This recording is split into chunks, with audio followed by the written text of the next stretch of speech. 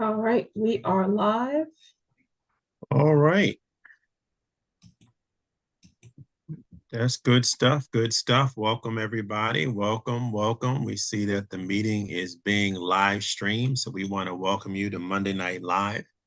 And as always, we're excited to be here tonight. How's your week been, Kathy? It's been pretty good. Yeah. Been it's been eventful, but Right. it's been good.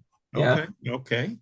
Yeah, well, we are definitely an offshoot of Bible Way Ministries International, 894 Constitution Road, where our pastor is Bishop Monty Norwood. I believe he is traveling on today. He may be able to jump on a little later, but I know he is traveling, so we are filling in. And look, we gonna come out the gate, because the last 2 weeks, the political scene has definitely shifted here in America. And when you talk about democracy and all of that stuff, it is, I think it took me back to fifth grade when we learned about, like different executive branches and different things of that nature. Just is really making me go back in time and those conversations that we once used to have when civility was actually part of this process. But so much has gone on. We do want to say we're not advocating for a particular opponent. I'm sure there will be plenty of different opinions, this, that, and the other, and we welcome those. Let's talk through some of that stuff. So, I guess we can go back 2 weeks and sort of start. They say like, well, where were you during 9/11, or where were you at the space shuttle disaster? Where were you when the ear got blown off? I mean, I'm sorry. I'm sorry. I started off wrong. But what were you doing when you heard that there was an alleged assassination? Did you like how I did that? Alleged Alleged. assassination attempt on former President Trump. Where were you? Well, I was actually we were having dinner with some friends of ours, and something came up across my phone, and I was telling someone, I was like, the Saints. I was with There were some older friends of some cousins of Ed's that was in town for a convention, Mhm. and so I told them that happened, and they went up and started praising. I was like, Lord, Yeah. I was like, I don't know, Yeah. should we be celebrating? Right. Right. Feeling kind of funny here. Yeah, it's been a kind of interesting response across the board from Christians, not a Christians alike, Republicans and Dems. By no means would I ever celebrate something like that. But it was just, I cussed. I ain't even gonna lie. I cussed because I was like, and then I just shook my head and I tried to fight turning on the news, but it became an all-nighter because I was just so fascinated just by the chain of the events. The I'm using this a lot tonight. The alleged failures of our Secret Service and just the validity of it all. By no means am I'm heartbroken. Of course, my prayers, sympathy go out to the families that lost lives as well as were injured. But whew, that was a rough one to swallow. And sadly enough, we'll never know the full truth. Right. But I think deep down, I was just like, perfect timing, sort of going into the convention. Of course, the young man that lost his life, the alleged sniper that lost his, well, it's not alleged that he lost his life, Right. but he allegedly is the sniper, et cetera. But there was just so many holes in the story, and it seems that when it does get told, it gets bigger and bigger and bigger. The ear supposedly is blown off the side of his face, and the band-aid seems to get smaller and smaller. And as someone that is familiar with firearms, I know that type of bullet going by your ear, you would not be hearing right away. You would definitely be. So there's a whole lot I could go into. I think people that have blamed the Democratic side, just like folks are blaming the Republican side, we will really never know. Right. So over the past few years, we've set up this culture, if you will, of fake news and corruption in the highest levels of government. So even if there was an audio or video, you could play it and people just aren't going to believe it. But what I do know that they need to believe is the political landscape has changed, and I felt that President Biden was going to drop out of the race, just because.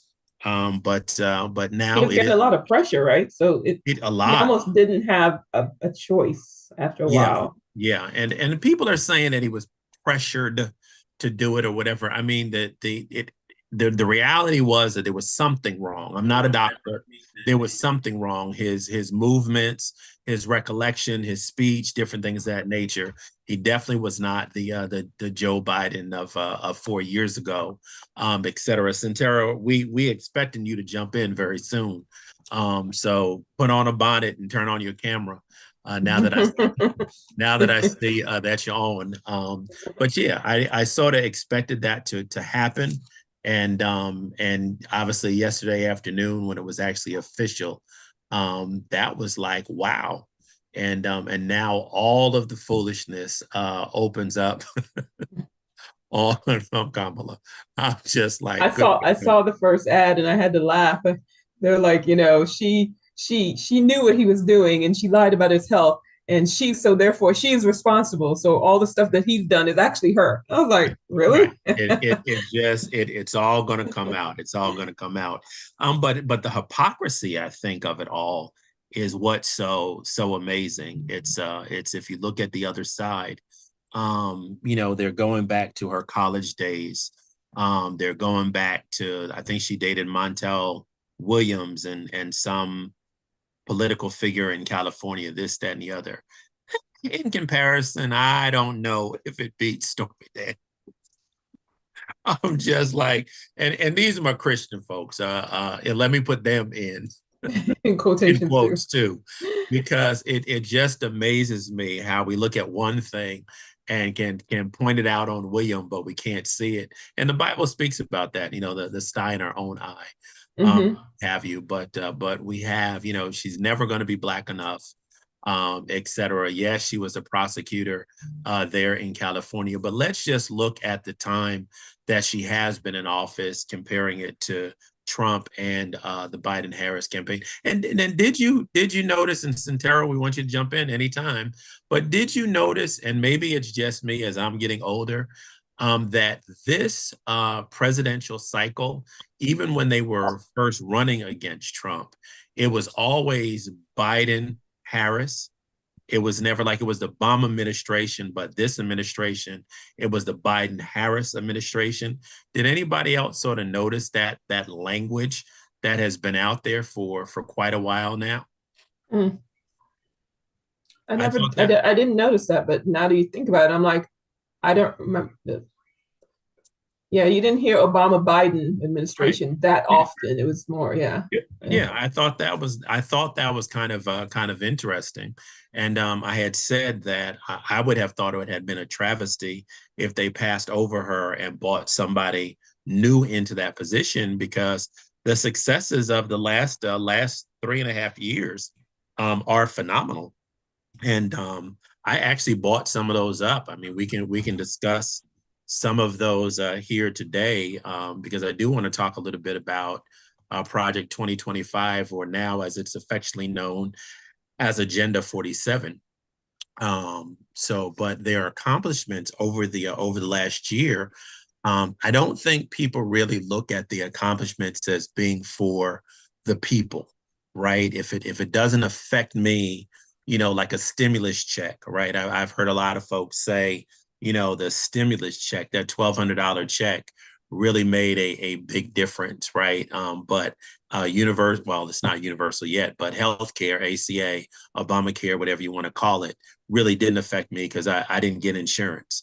So it's always interesting what people. But when I looked up their achievements, there has been a lot that Biden and Harris accomplished, and I implore individuals to really look up, stop listening to the media and to the pundits, and you can actually go in and see a list um, during the last 4 years under the previous administration. Well, tax cuts were not for everybody. That was for the 1%, of which I don't know who's on the line as part of the 1%. Anybody? Anybody? Anybody in the back? That did nothing for us. We talked about inflation, and presidents don't control inflation, right? They can control rates, the federal rates, et cetera, but not inflation. If I want my eggs to be $12, guess what? As CEO of Francis Farms, I want my eggs to be $12. So yes, that I appreciate that. The WhiteHouse.gov, the record. I mean, definitely, I implore you to look at that information and the other side. If you look up Project 2025 or Agenda 47, that document is very, very scary. And I don't think people really understand how scary of a document that is. People want to say that it's not real. It's very much real. It's every president has a 100-day agenda of what they want to do, and the 100-day agenda under that plan is really scary. But definitely look that up as well. But let me just read some of the stuff that agenda covers. When we talk about no fault divorce, right? Complete ban on abortions without exceptions. It does not matter if it's your father, your uncle, if it was raped, it's all abortions, right? A complete ban. Contraceptives would be illegal. Tax breaks for corporations in the 1%. Higher taxes on the working class. I am part of the working class, and I think I pay my fair share of taxes. Right.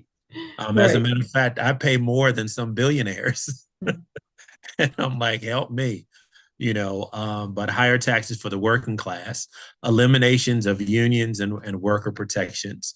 I think that's interesting because unions protect those laborers, right?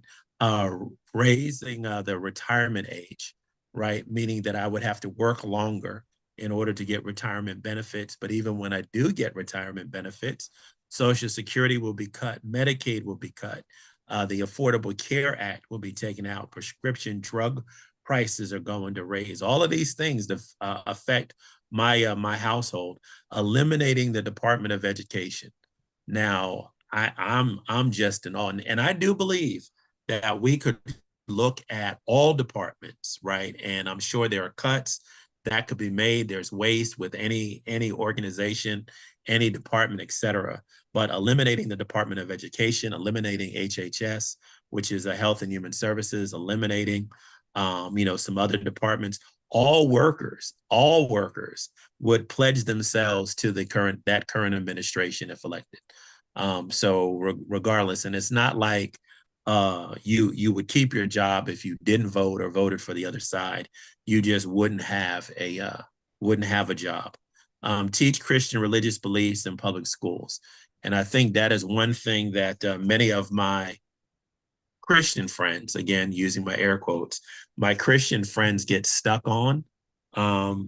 Yes, I get Christian religious beliefs, but they're not kingdom beliefs. There's a big difference. Mm-hmm. A big difference. It's very much brown hair, brown eyed, white, blonde hair Jesus that would be taught. So I think we have to be careful with saying that, abortion and teaching Christian education in school is a great thing. Discounted school programs. You have to have the child, but they're not going to be able to have lunch when they get to school. Civil rights and DEI, diversity, inclusion, and what's the I? No, diversity, equity, inclusion. And inclusion, yeah. Yep. Said those are gone in government. Banning African American and gender studies in all levels, banning books, curriculum about slavery as if it didn't happen, climate protections, Arctic drilling. He said the other day, drill, baby, drill on day one. Deregulating big business and the oil industry, marriage equality, single mothers while promoting only traditional families, that being a man, a woman, and their children, ending marriage equality, defunding the FBI and Homeland Security. Is this not the party that had a fit when Black Lives Matter said defund the police. And here they are, hey, defund the FBI and Homeland Security, using military to break up domestic protests. Kathy, we cannot go grab a sign and go protest our constitutional right of freedom of speech, or we will be arrested. We won't be pardoned like those January 6th, but we will be arrested. And the list goes on and on and on. As you read this, and then of course it ends with mass deport. As you read this, it begins to sound like America is like going backwards into some degenerate place, that there are no freedoms, that you sound very communist, very, it sounds like Handmaid's Tale kind of situation going on. Yeah, it's scary. Come on, Shannon, I see you joined us. Lula, I see Centero just ain't gonna say nothing tonight. Come on, this is an open conversation. I'm just setting the table. And what's your opinion about what's going on? Elder Francis, I was just you had a lot to say, so I'm listening. I'm just setting the table. Yeah, so I mean, yesterday when I left church and saw, I'm a news girl at heart, so I mean, I get notifications for everything. I know, and I'm shocked a lot of times that people don't get all the notifications to their phone, like within seconds of something. I know because I'm getting notifications from New York Times, CNN, Wall Street Journal, whomever, right? Because I want to be in the loop of what's going on. So when I saw that Biden really did, decide not to run, or basically was pressured not to run. I'm like, wow, I'm driving in my car, like, oh my goodness, like, got to talk to folks about what's happening. And at that moment, of course, I don't think he had endorsed Kamala. I think initially it was just that he's not running, of course. Right. So, I mean, I wish I could, I struggled on whether I should say this or not, but I mean, this is a forum about people with different opinions, and I'm not excited. I'm not excited. Not excited at all. I know she's not, and I've said this 100 times, just because someone is not Trump does not make me excited about them.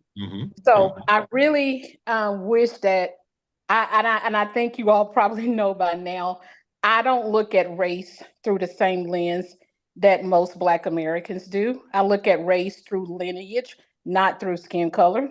Okay.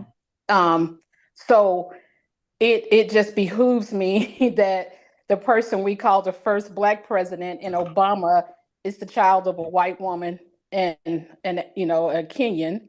And the person that we're elevating to, at this point, we're all rallying behind, I'm talking about the Black community, is someone who, as her aunt stated, all Kamala is because of her mom. Her mom is, of course, as we know, Asian. There's nothing wrong with that. Absolutely nothing wrong with that. Her father being Jamaican.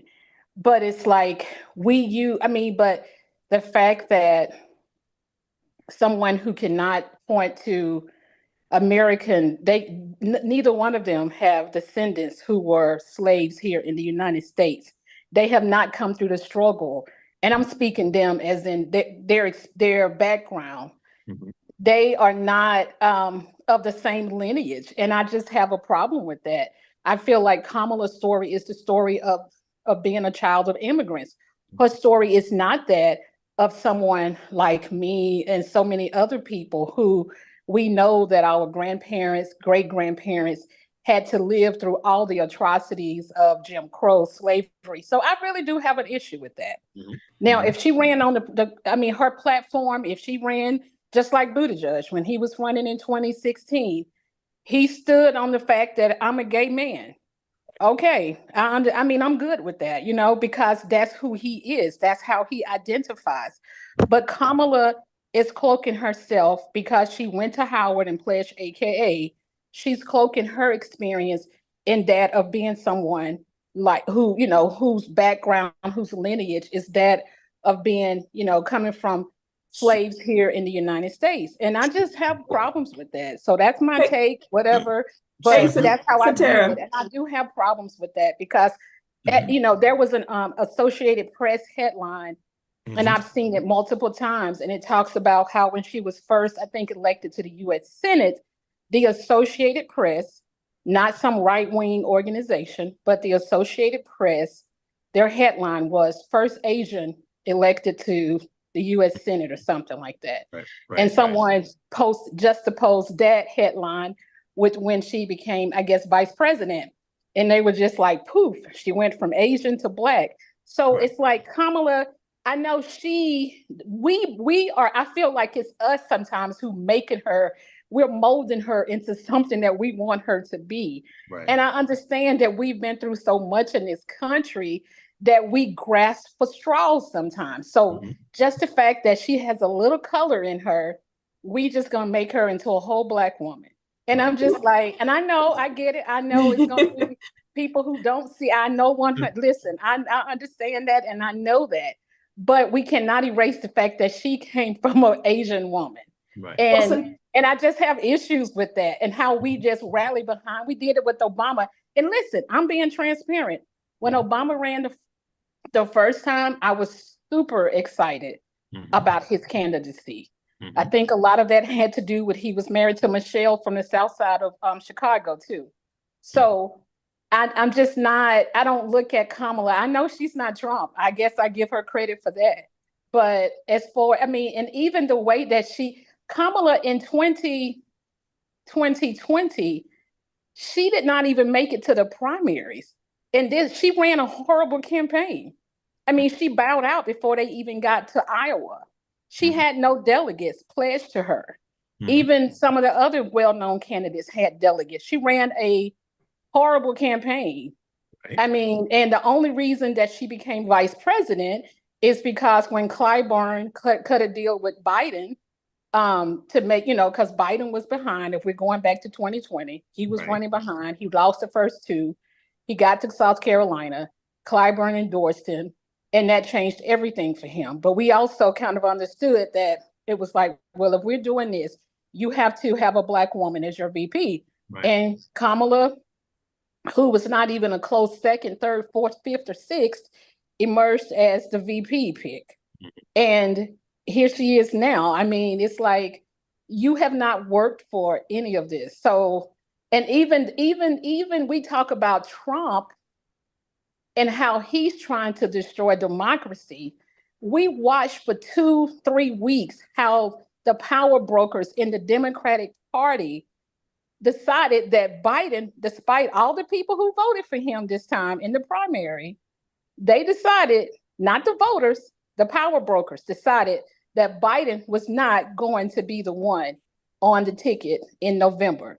So they took away a lot of folks' power, and vote. A couple of things I want to ask you, right? Because I want to jump into. We always stir the pot. So go ahead. Me too. Okay, so real quick. First on the not being Black part. I think my only thing with that is that I don't want to say not being Black, and I'm saying lineage. Yeah. Lineage. But my only thing with that is that I think in terms of Black people rallying around her. You mentioned Jim Crow, and my thing is during Jim Crow, it didn't matter where you came from or what. As long as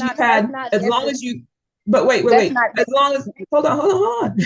As long as you even looked slightly dark skinned, you were considered Black, and you were treated with the same animosity as any African American that was here from lineage. So in terms of that, seeing someone who does have dark skin, no matter if their lineage is not, I think that's kind of where some people are looking at, hey, the fact that America is even considering somebody brown skinned and not lily white on the ticket to be president and ruler, quote unquote ruler, in chief executive of the entire country, it kind of does say, this is a good thing. This is a big thing, right? So for me, and I am also a child. I'm an immigrant. I'm not even a child. I'm an immigrant. So, there's no thought.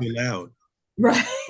So, I mean, I see where you're coming from, but in terms of her being president, the fact that she is brown, I mean, it's something to look at, right? She is a female, she is brown. In terms of the fact that she is, I think I've lost my train of thought. So I'm gonna pause and let somebody can jump in right now. Oh, Sure. well, I was going to say, Kathy, well, there have been there have been reports like and study. I shouldn't say studies, but I guess reports where in the 60s when I would have to send it to you. I would have to find it.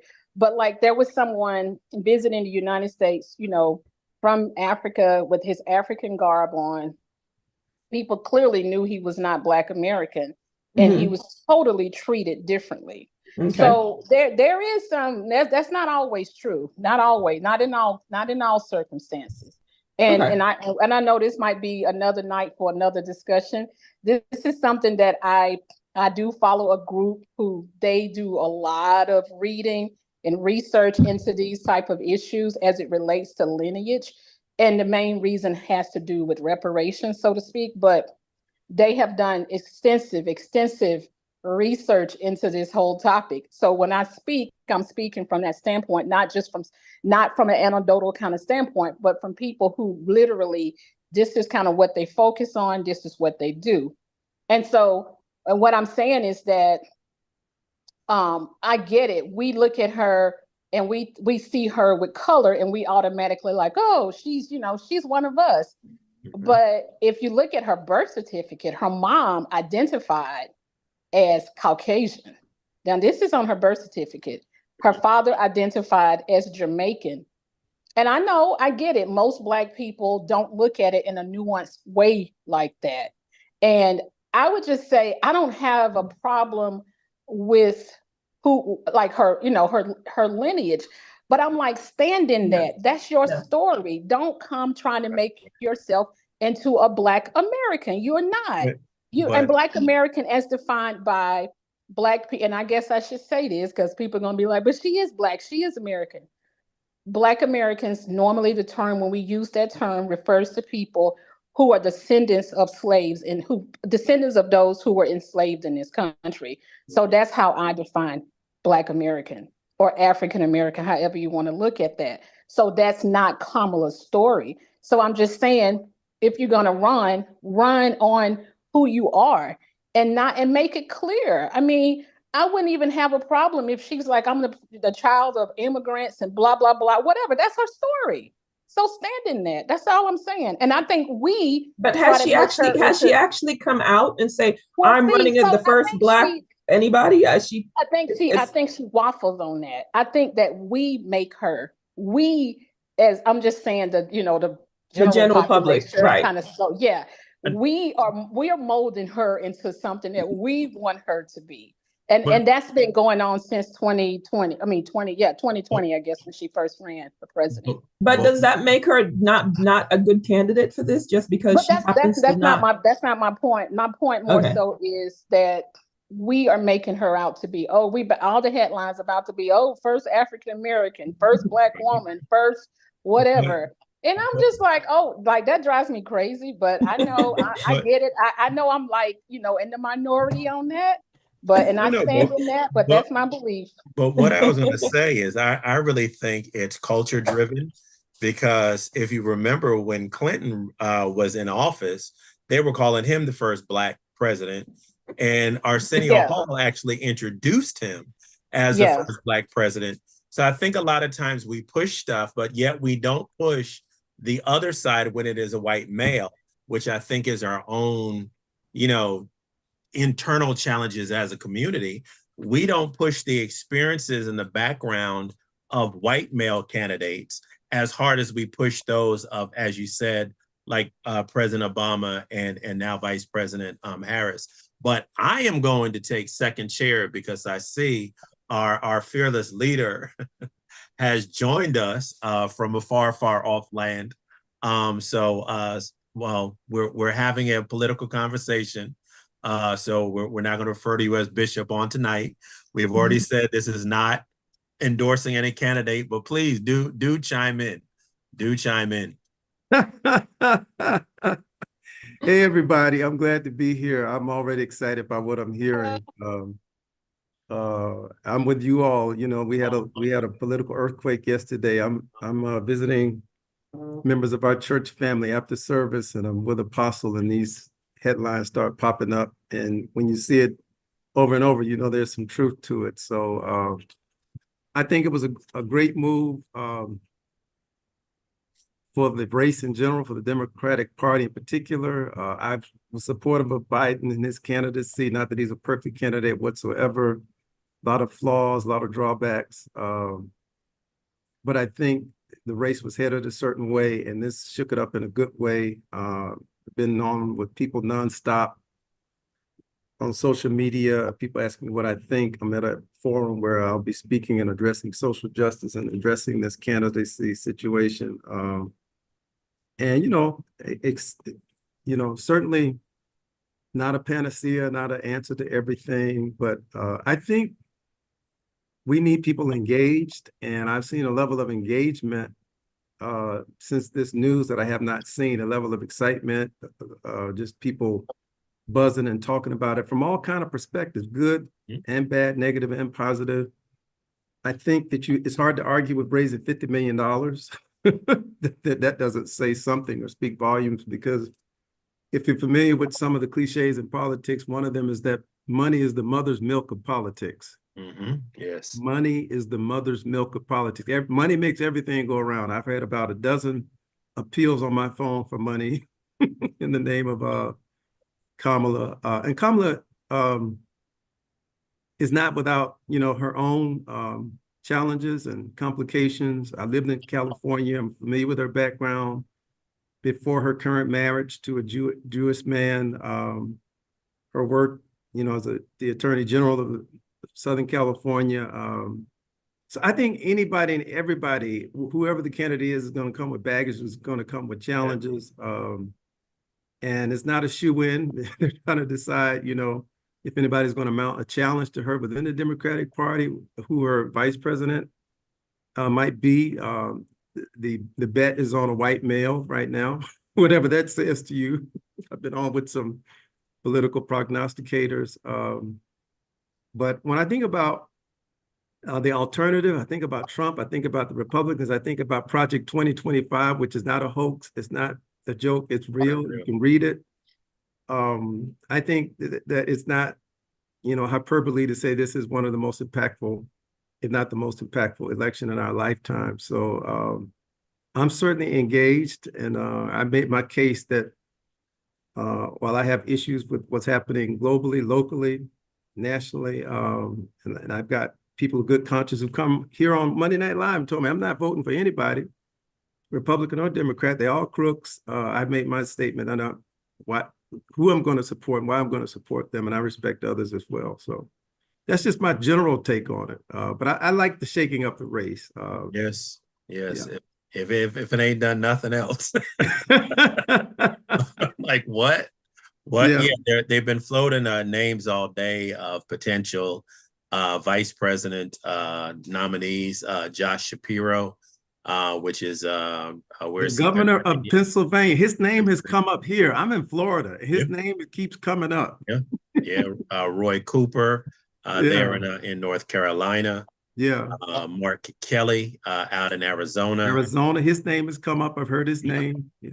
Andy Bashir. By the way, time out. Elder Francis, you're calling white males. No, I'm sorry. Yes. Yeah, right. To your point. Look, Elder Tanetta and I were just talking. We was like, it has to be, they got to do that to balance her out. Right. That was like, it has to be a white male that has served in the military, who has strong Christian values to balance everything out. To Pete Buttigieg, we had mentioned earlier, Gretchen Whitmer, Gavin Newsom there in California. So definitely a couple of names that pop up that they feel are going to be potential. And I think, to your point, I have to call you Monty tonight. to your point, when we discuss, Biden being forced out or what have you, we all knew something was going on I don't think that erases his legacy or the work that he has done for this country over the last, well, his lifetime, but as president over the last 3.5 years. I do feel that that Kamala can stand on the gains. But as you said, it's still going to be a very interesting fight. As they start doing polls, they're sort of neck and neck. I am anxiously awaiting the first debate because I just know the prosecutor in her would be a very interesting contrast to Trump's wit. So it's interesting, if nothing else. So I may be an outlier on this. I hope they don't debate. Really? I think because it's, we're talking about 100 days. Mm-hmm. I think that who Kamala is makes the case. I want to read something that I saw, oh man, I hope I can find it. But it basically talks about her qualifications. Everything she's done as an attorney general, Trump is guilty of. Right. And she could take him down from, the false university to the con games he played. I saw that ad. They called her the anti-Trump. That is so beautiful. And it's so beautiful to see them upset that Biden dropped out because they thought they would kill Biden. And now, every racist bone in their body probably wants to call her out, whether you consider her black or not. And then it's like, you're just going to self-destruct. So I actually hope they don't debate. I just think it would be a waste of time. I think good TV though. Oh my God. It would be. It would be, because I think he would smear her, he would slam her, all this, the misogynism would come out. I fully agree with that. But why should, why, these are two people who are vying for the top job in the world. Why should they not debate? She can hold her own. She's running for president. I just wouldn't. I think you got to pick and choose your battles based on the time frame. I'm not upset if she does. No. Well, it's not our fault that Joe Biden. I just say it's about priorities. That's for me. It would be about priorities. I think it sounds like we're trying to protect her. No, she. Oh no. It's not about protection. It's not about protection. It's about. She said she wanted to earn our vote. She said she wanted to earn our vote. Well, so earn your vote. She's earned mine. I know, but I'm saying, but there's still people she has not earned their vote. So earn your vote. I think. Literally, I know.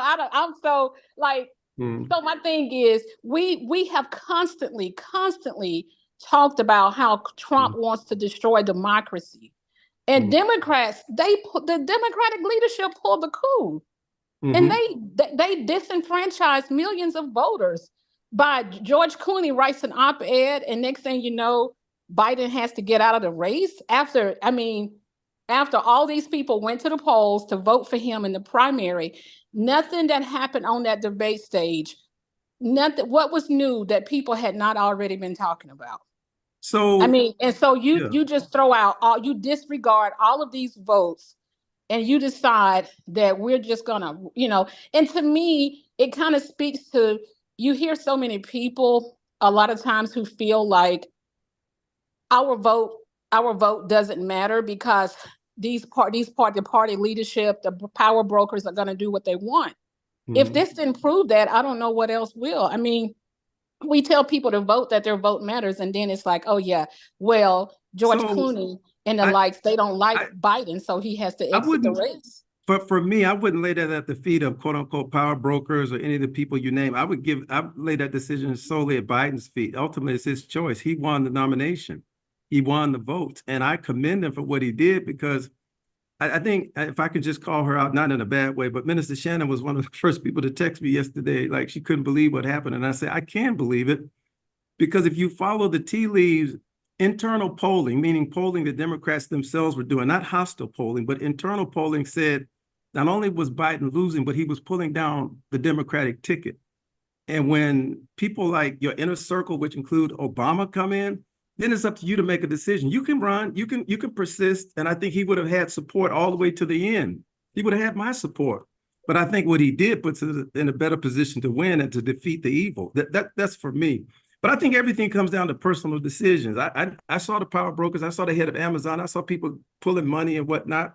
but it was still Biden's decision to make. I think that's a courageous thing. I don't think that he had a choice though. I guess that's what I feel, what I Yeah, mean, what Joe mentioned yesterday coming out saying, Biden has to exit. I mean, all the big Oh, yeah, players, yeah, when yeah. when Hakeem Jeffries and Chuck Schumer finally came out, and I was like, it's over because they got Hakeem Jeffries now on board and Chuck Schumer. They're the two top Democrats in the US Senate and Congress. So when they basically got on board with that, and then well, we knew that the dam was breaking when Pelosi said what she said on Morning Joe a few weeks ago. And as even Roland Martin, I would say, he pointed out that Biden's poll numbers, when the recent polls, the polls were after 2 to 3 weeks of bad press saying that he needed to exit the race.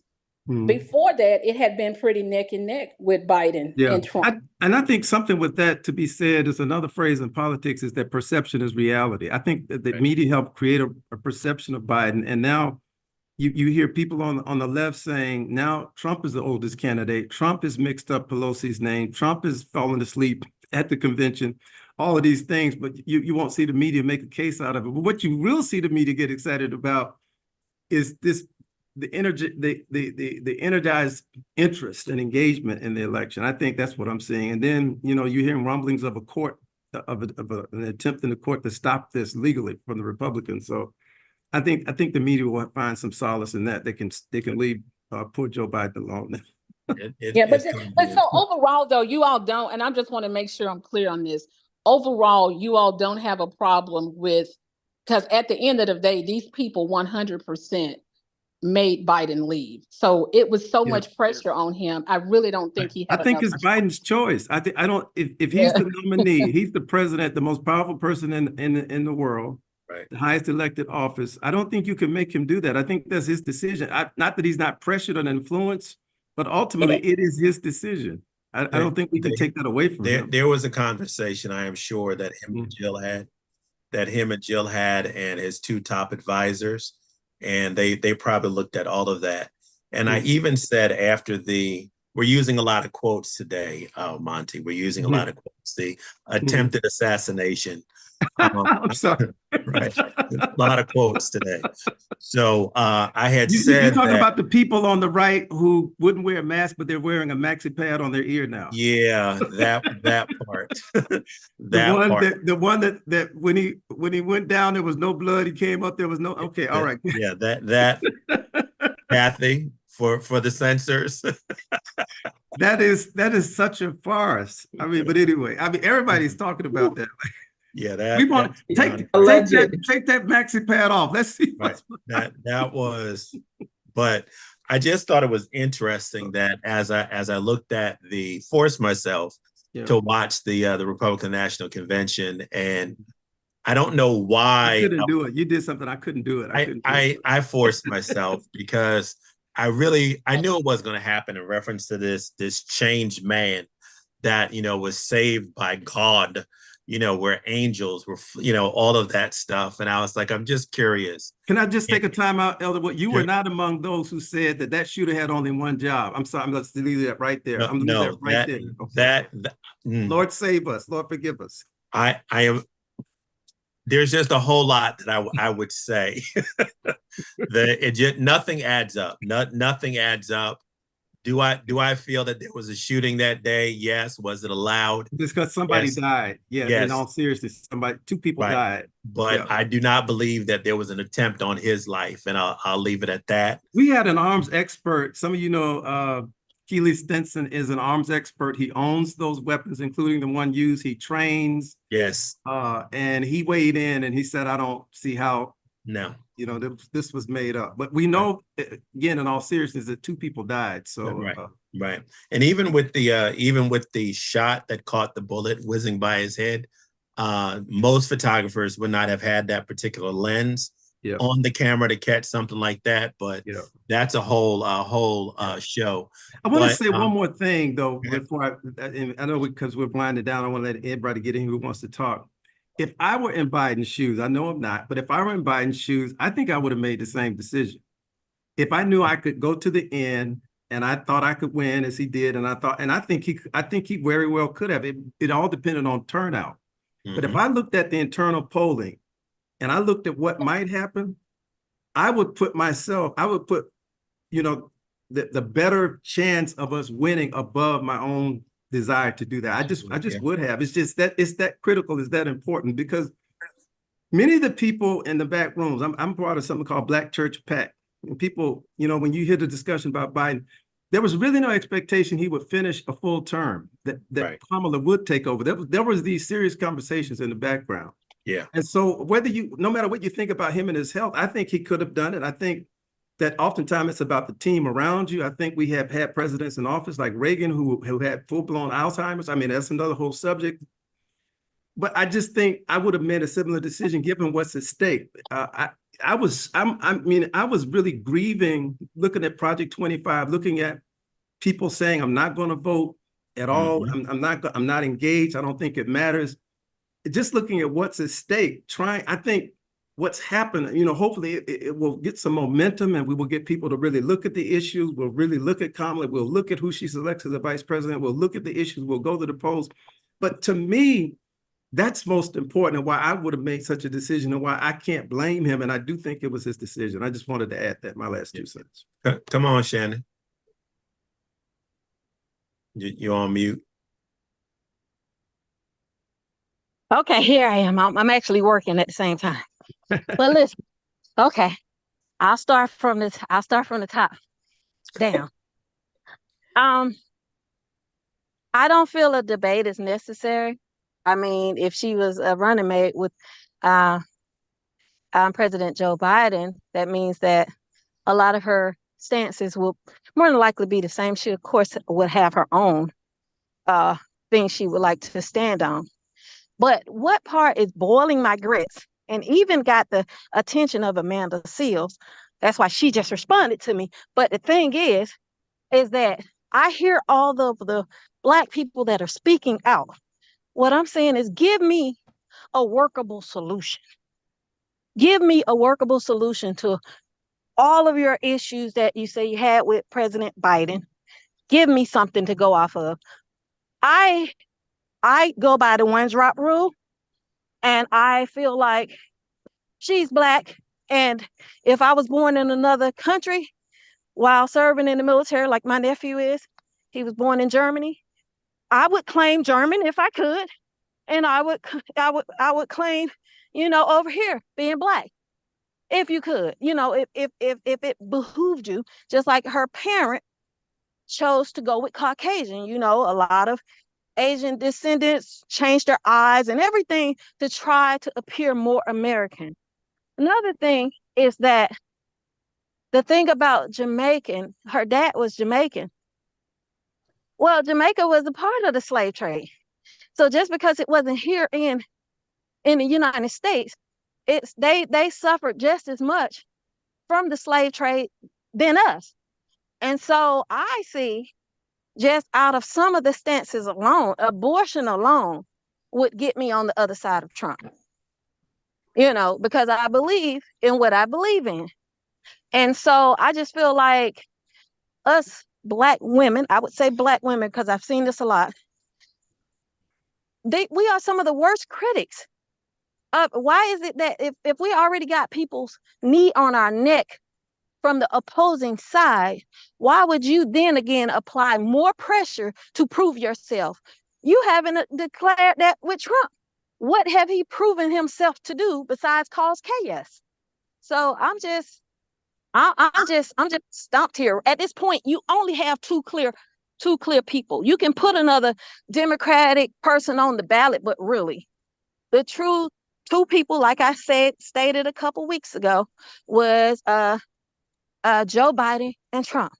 And now that Joe Biden has dropped out, the more logical thing to do is to add the VP on the ticket. Now, the point is, if you can't help the situation, don't harm it. That's my thought. So all of this stuff, even Amanda Seales, I told her, same thing. When she took some time out to talk to little old me, what I'm saying is, I hear everything you're saying, but give me a solution that I can work with. Then we'll talk. Well, definitely. I want to encourage folks to read Project 2025. Agenda 47 is what it's also called. And I think just by reading that document, looking at the last 3.5 years and the accomplishments of the Biden-Harris administration, I think it's a clear choice for most, not so clear for some. But I know I personally wouldn't vote just because she was Black, Asian, or a woman. Right. I'm looking at the issues. And I think it's very clear when we do that. But you have to do your own research. I can't listen to media. I can no longer listen to pundits or whatever. I'm looking at straight facts and just looking at that one document. As we said, it's a very real document. It's a scary, scary document. And a lot of times we feel, and we talked about this before you got on, that people look at how it affects my household, right? Like, but we don't understand that if we can ostracize one community, that's just a test for other communities, right? Putting Christian education in school that's not Christian education, right? It's a test, and we have to be very, very careful. And I heard a lot of people that said the same thing. I'm just not voting this election cycle, that are now having to go back to the drawing board and look at the issues, because I think the issues are going to become more and more prevalent as the weeks come. And you just really have to do your research. So we put those two websites in the chat. I think they're on Facebook as well, Kathy, I would assume. Yeah. So people can click and just read, be knowledgeable. There's going to be a whole lot of stuff that's going to come out over the next couple of weeks, but we have definitely seen the hypocrisy said just over the last 24 hours. So it's interesting that, you from the golf course, you would destroy her, and now you want to sue to keep her off of the ticket. Yeah, there's a whole lot that's going on. So it's going to be an interesting couple of weeks. Don't want to tell you who to vote for, but do vote. So we had some comments. Oh, sorry. Go ahead. I had a quick question, and I guess it's more for Sentara because I want to hear her thought real quick. So if putting her color and all that aside, and in the past couple of weeks we talked about Biden and the Democrats, and so I guess I'm trying to understand, taking the people out of the situation, the actual person, do you still not think that one side is better than the other in terms of what could come into place? I said to Kamala's credit, she's not Trump. Okay. I mean, I guess that's to her credit. And Yeah. I mean, I think that's the biggest thing that she has going for her. Okay. That's big. And like I said, and I acknowledge that I'm going to vote off of that alone. Right. So most people are going to vote based on the fact that she's not Trump. So yeah, but that's what they were going to do with Biden for a lot of people too. A lot of people did not feel like he was a worthy candidate either. So it was a lot of people voting anybody but Trump. Yeah, I think a lot of people just really did have issues with his. At the end of the day, I think people really did have issues with his age and cognitive ability. But my thing was that it didn't get into a debate stage to figure that out. That should have been something that was resolved way before whenever that was, June, when they debated. Yeah, but I guess too, like when he's out on, he's covered, right? He's covered. He's prompted. When he had to go up there by himself on the huge stage and everybody saw it, it's like you can't cover that anymore.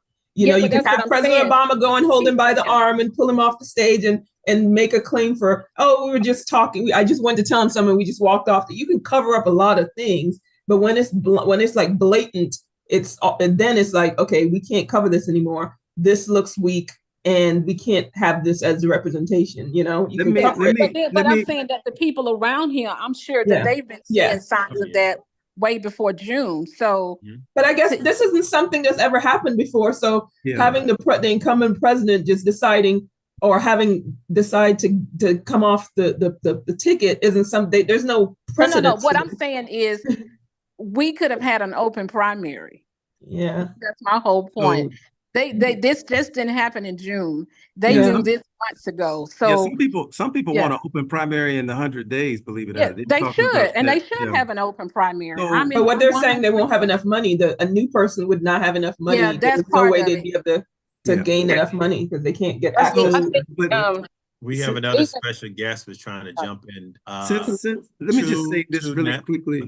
Since Biden has made the decision he has, I want to give you some key pointers that are coming up in some of the forums I'm a part of. There were 40,000 people on a Zoom last night with Black Church PAC. There was 40,000 women on another call. Black people are coalescing. There's a call for Black men tonight at 8. And so some of the things that are coming up is that there will be a primary challenge. There will be a challenge to Kamala. We don't know who it's going to be, but good. That's a good thing. There will be people pulling up her record as Attorney General in California, where they'll pull up Black men that she put in prison. And they will pull up Black men supporting Trump. They will pull up the fact we're disaffected, we're not engaged. I'm saying there's a whole lot of issues in terms of where we are rather than, focusing on Biden. And since he made the decision, I respect that. Moving on, if she's the person you're going to support, or if she's not, we need to focus on, we got less than 3 months and a decision. But we don't live in a monarchy. You should not. Oh yeah, but I'm trying to just get us to focus on the issues that are now rather than the conversation on Biden. But it's like to the Supreme Court. No one has cast one ballot for Kamala, and we're just gonna be like, oh yeah. I'm like, why not have a primary? I mean, if Biden, no one chose her. But I don't think it's still the same electoral things that would have made her in the primary. They're the ones that are going to go in the Democratic convention and vote against. Delegates still have to vote. I mean, some delegates are committing now, but in some sense, it's still open because it's not a done deal until you get to the convention and the votes are cast. So I don't think anything is out of bounds or anything is outside of a legal process. You've got names floating around that people want to raise up, I think. And sometimes people do it not because they think they'll win, but just to get priority, just to get notoriety so that you get a place in the upcoming. The new generation administration coming. Yeah. All right. You said we had another guest. Yeah, Lula said Joe Manchin is changing back to Democrat so he can challenge her. No, he's not. He's not. He's not. No, he's not. Yeah, Joe Manchin is toast to us. I mean, but he's not changing back. What he's doing is claiming I'm not only independent, but most of the country is with me. And so he's got his own agenda. Joe Manchin that ship has sailed. Yeah. So there you go. And TONETTA done chimed in to Netta. Come on. I think she's got the pulse of the nation. Yes. When she speaks, everybody listens. We saw you come off of mute. Come on, you have a comment. We have just a few minutes left. Hello, everyone. All of that. Thank you, I guess. No, I just wanted to say that I'm inspired by this conversation. I am inspired by the debate. I am inspired by everyone's particular stance. And what that shares with me is that we are not a singular voice. I think and strongly believe that she does need to debate. I think and strongly believe that folks of color, regardless of how we coalesce, we do not have enough to win her this debate, win her this presidency.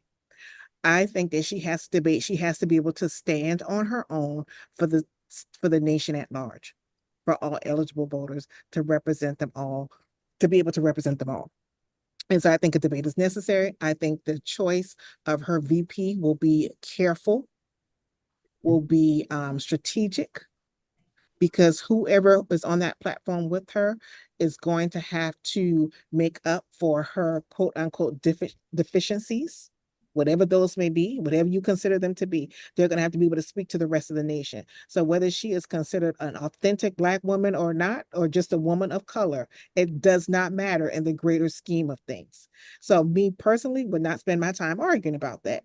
What we do know is that we need someone in office who's going to really care about the people overall, who's not going to let corporate America or greed or corporate injustice be what this country is known for, but known for the people. So I think at some point, I agree with Monty. Dr. Norwood, because I can't just call him Monty in a public forum, but I agree with him in that we need to strategize, to move forward, face forward, to focus on the issues, to see what we can do to maintain democracy in this country, because it is not. We are on a trajectory that Very is shaky. damning for this country and thereby the world. Democracy across the world, because the U.S. is a superpower and it's led for centuries. And so we, like they say about Black women, whether or not you consider to be one, we save the world. So she's going to put her superwoman's cape on and try to save the world. And so it's a choice. So you can choose to say she's not fully Black and stand on the side and watch her do it, or you can join in the fight. Those are my 2 cents. There we have it. And we thank you. We thank you. Look, our time is already up. It has been an hour of great conversation, a great debate. And to your point, too, Netta, our guest said it's creating these type of conversations that weren't necessarily being had before. So that is exciting. So any announcements, Kathy, that you can think of, anything coming up that we need to make the peoples aware of? No, not that I'm aware of. You can always go to the Bible Way Ministries International website or our app, the Bible Way app, and get all of the happenings happening there at The Way. Any prayer requests? We always try to end in prayer very quickly. Yes. And just wanted to call out some people who are on Facebook. We had Virginia Sims Cox. Hello. Who said, "Good evening, Bible Way," and then we had Candace Durden who says, "Give us Olivia Pope." Yeah. Yeah. I just have a prayer request for all of those who are traveling this week. Yes. With all that's going on with travel, just to cover them in prayer. We have coming up in a few weeks the 24-hour prayer, August 2nd and 3rd. So we want to invite people to stay tuned and be on the lookout for information concerning that, because we know, if nothing else, our country needs prayer. Amen. So those are the major. Oh, and I guess for the success of the convocation, it happens in Florida. Yes. All that happens then, and we have a church picnic August 24th. So all right. Just throwing that out there. And again, all of that information can be found on the Bible Way Ministries International website, as well as the Bible Way app. Would anyone like to close us out in prayer?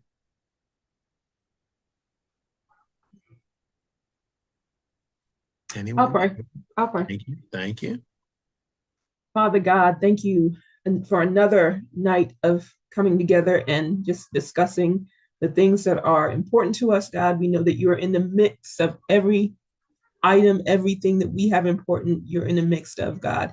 We know that you have control over all the things happening in the political landscape. We have control over everyone who is out traveling. Lord, we know that you are ultimately the ruler of all things. We know that your kingdom is the main thing that we need to focus on, no matter what our political beliefs are. Lord God, help us to remain friendly even when we disagree. Help us to not lose friends over temporary positions in politics, God. We thank you for all that you do. We thank you for all that you are. Bless those who need healing. Bless those whether in the body, in the mind, or anywhere else, and just continue to be God. In Jesus' name, we pray. Amen. Such a great prayer. Thank you. Thank you, Elder Will. Thank you, everybody. Wow. All right. Great. Thank you, Zintero, for keeping us on our toes. Yeah, and she needs to debate. Got it. Yes. All right. I heard that. Yep. All right. Agree. Y'all have a great week. Bye. Bye-bye. Bye, Kathy. Bye, Colleen. See you Wednesday. Okay. And Bye, again, Kathy. happy Chicken and Waffles Monday. Happy Chicken and Waffles happy Monday.